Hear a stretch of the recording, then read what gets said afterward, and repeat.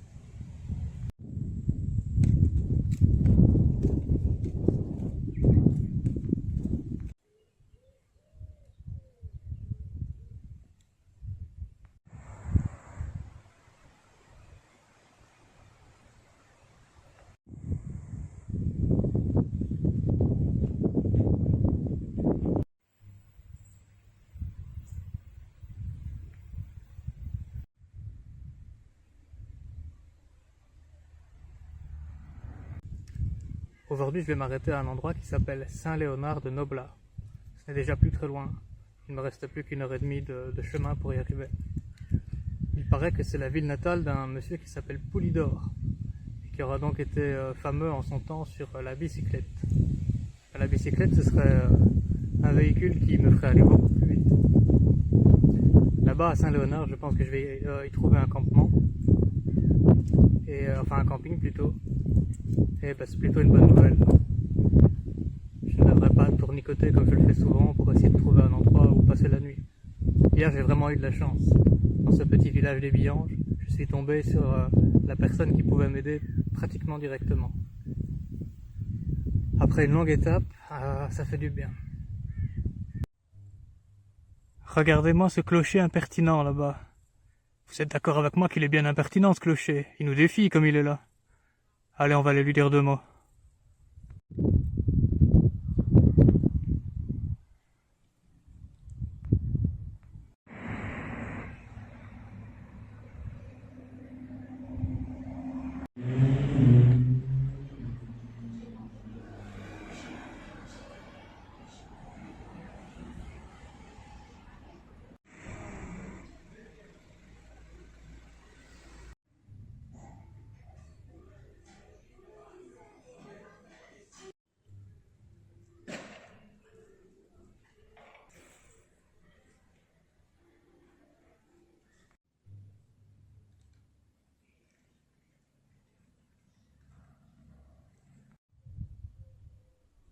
On va vers le camping.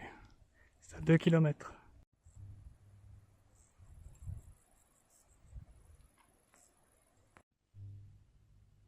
J'ai la salle de repos du camping rien que pour moi. Il n'y a pratiquement personne ici.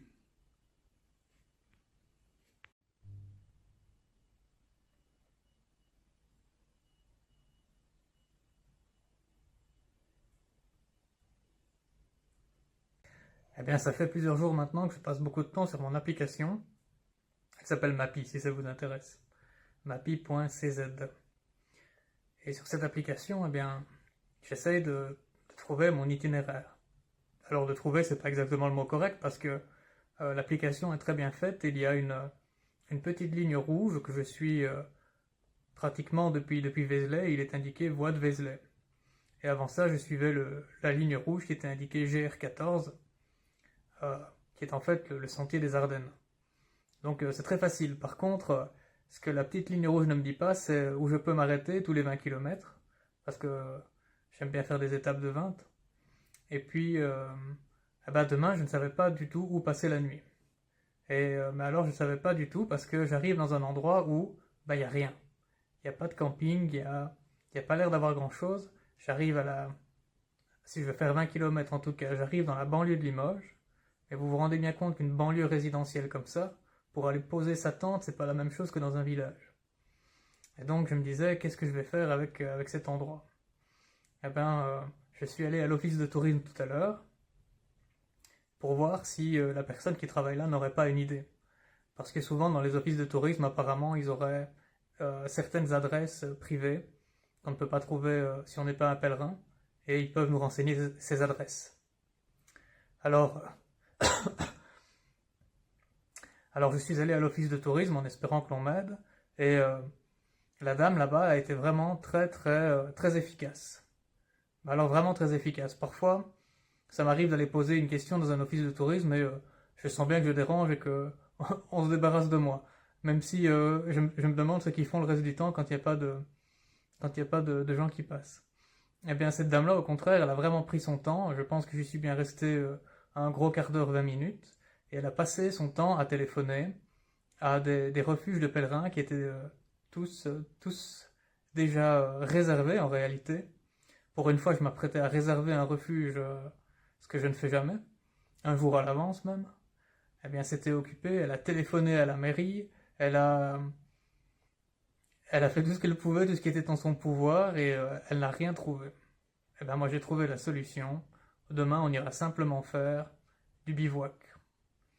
On va s'arrêter dans un petit bois juste avant Limoges, et puis ça nous permettra de traverser la ville de Limoges après-demain.